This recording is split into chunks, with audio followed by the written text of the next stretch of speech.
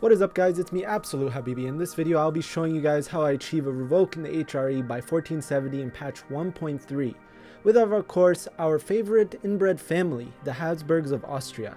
So let's get right into it. For my opening I made my king a military leader so he dies sooner.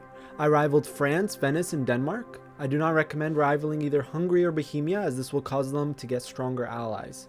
I recommend restarting if Burgundy rivals you since we want to get a royal marriage before Burgundy inheritance.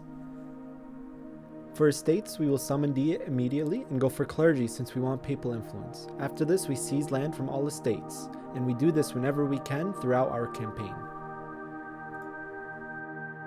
I hired all level 1 advisors. The preferred advisor for this opening are yearly inflation reduction, diplo reputation, and morale of armies. If you don't find these level 1 advisors, that's fine. We then destroy our fort in Bresgau. This will make fighting our wars easier and we get a little more money, which is nice. We then ally Papal State and Bologna right away. They are the only two nations in Italy who are not yet in the HRE, besides Naples. We do this because in this patch you gain 10 imperial authority for every nation that joins the HRE, and they will only join if we have high relations of them.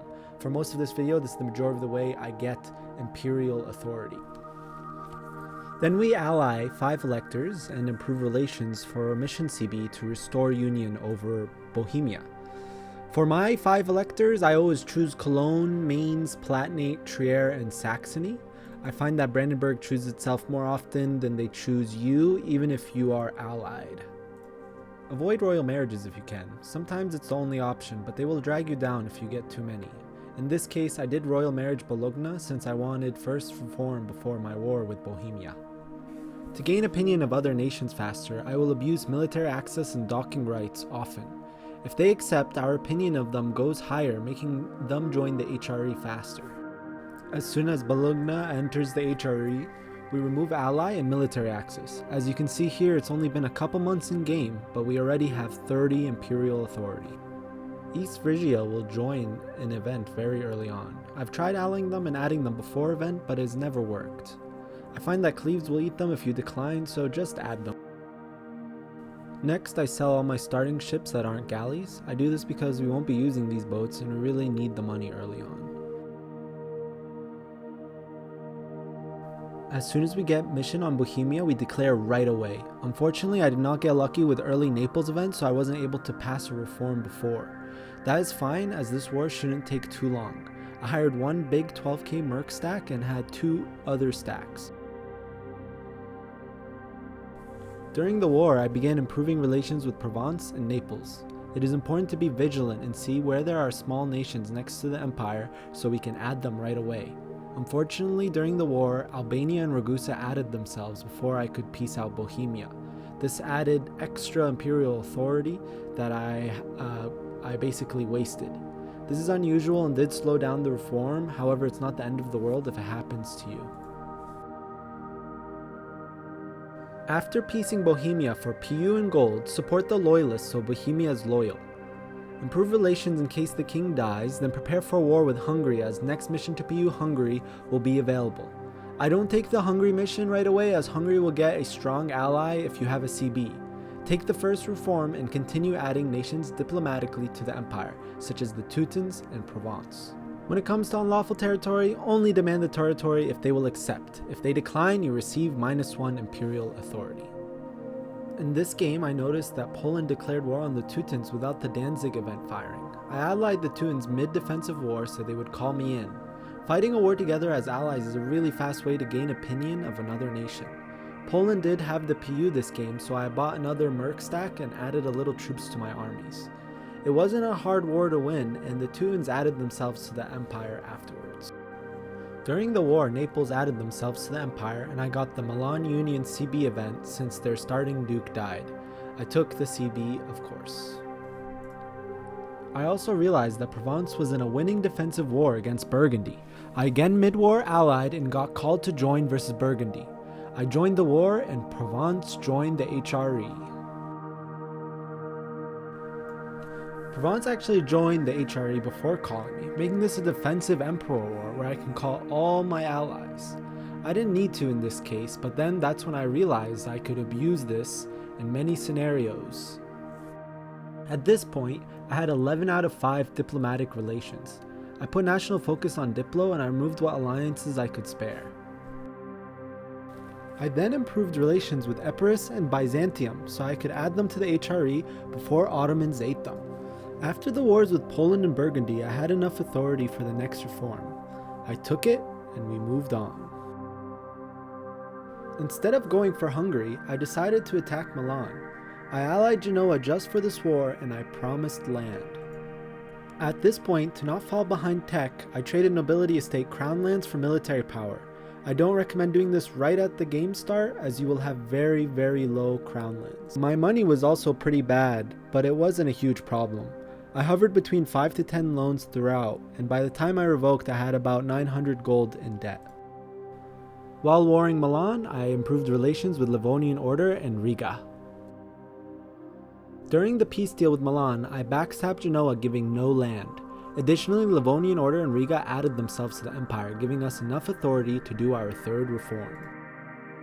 It is important to backstab Genoa as we cannot afford the alliance with them, and negative relations means they will leave the empire during the Shadow King event, meaning we can add them back again. Now it's finally time for war with Hungary. I allied Bosnia and Serbia, who both joined the empire. I removed Bosnia as ally, but keep Serbia for war against Hungary. In my opinion, it's not vital for the strat to get Hungary right after warring Bohemia. However, you should aim to have between 20 to 30 authority by the time you peace out Hungary. PUing Hungary adds both Hungary and Croatia to the empire, giving 20 authority. I then pieced out Hungary for union as soon as I hit 30 authority, and I completed my fourth reform. Immediately after appeasing Hungary, I noticed that Byzantium was in a defensive war versus Venice. I allied Byzantium, who called me in so I could destroy Venice. I should also mention at this point I was having terrible luck with heirs and had to disinherit 3 times in a row. I lost Trier as an elector, which is okay since we can just make the Pope an elector. He was pretty loyal to us, at least when we had an eligible heir. During my war with Venice, the Shadow Kingdom event fired. Of course, we went with letting Italy go. I separate pieced Venice, and I forced him to release multiple OPMs without taking any aggressive expansion. With the nations leaving HRE, this gives us about 100 total potential imperial authority we can gain by adding the Italian minors back. After your war with Venice, it's mostly a diplomatic game. By adding most of the minors back via diplomacy, I was able to complete 2 more reforms while still having 3 more nations in Italy to add to the empire. Byzantium and Epirus also joined the empire after piecing Venice. I should also mention you don't need to complete all top reforms before getting the centralized reforms. You only need to finish 5 of the top reforms before going towards centralization.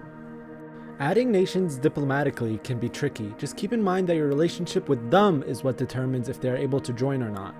Eventually, I was even able to get Novigrad into the empire.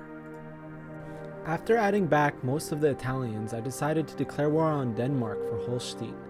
This was a pretty easy war as Sweden had high liberty desire and none of Denmark's allies accepted the call to arms. I also royal marriage Burgundy and began improving relations. Using the disputed succession tooltip, I saw that Castile had no heir to their throne. I immediately royal marriaged them despite being heavily over diplomatic relations. It's important that we did this so we could trigger the Habsburg event in Castile. This event puts a Habsburg as heir to the Castilian throne. Fighting Denmark, the Burgundian inheritance fired. Since we had good relations with Burgundy and a royal marriage, we inherited the throne. I completed my war with Denmark and with it the next reform. In this game I chose to fight France for the French Burgundian land simply because it was the option that gave us the most authority. I then allied Wallachia and Moldavia to add them to the empire. Both joined the empire as soon as I allied, so I removed them as allies as soon as I could. I was able to get 50 authority before France declared war on me. However, not many princes were for the next reform, so I had to wait. France declared war on me before I could get the next reform. I didn't want to do a long drawn out war with France despite being able to win the war. I gave France a couple Burgundy provinces and that was that. Besides, we can easily take everything back when we revoke. I complete the next reform and that makes us just 1 away from vassal swarm. Theoretically, at this point, you could just sit back and wait to get 100 authority, since we almost get 1 imperial authority a month. However, I didn't want to just sit back, so I just began the process of adding Theodoro to the empire. As you can see, we aren't too behind in tech. Keep in mind we can easily catch up after we revoke. For ideas, I took diplomatic, which at this point I have gotten 2 ideas in that group. For my final war, I declared on Venice to release some more miners. This should be a very easy war, as Venice is extremely weak at this point. After my war with Venice, I have enough for the final reform, but not all princes are for it. For this last reform, we should wait until you get 100 authority. That way we keep everyone in the empire. I was also able to get a Habsburg heir to the throne of Castile, meaning we can eventually claim after we revoke. Right before we were about to revoke, Muscovy declared on Novgorod. I accepted since it would essentially be free land and stop Russia from ever forming. I was able to call all my allies. As you can see, I had a lot of them. Sadly, I sat on a lot of authority, and we could have revoked much early on in the mid-1470s. It's alright though.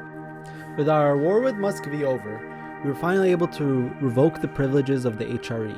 If you're watching this video, you could achieve the same timing and probably even better. It's not that hard, and as long as you don't get caught in long drawn out wars, you could revoke by 1470s, even the 1460s with better luck.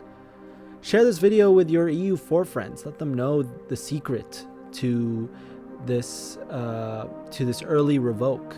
I think that everyone should try this probably before it gets patched. I think some things might get patched, like how sometimes I was called as an emperor to wars, and I was able to call my allies against people, and also how just no matter the size of the nation, they give imperial authority. So like a 1 province minor gives the same authority as a big nation. Anyways, yeah, thanks for watching. I put a lot of work into this, so liking this video, subscribing would mean a lot. I also have a Twitch channel. I stream all kinds of games. I also play all kinds of games, as you can see on my channel, all kinds of strategy games. So hit that subscribe button, and I'll see you guys next time. Later.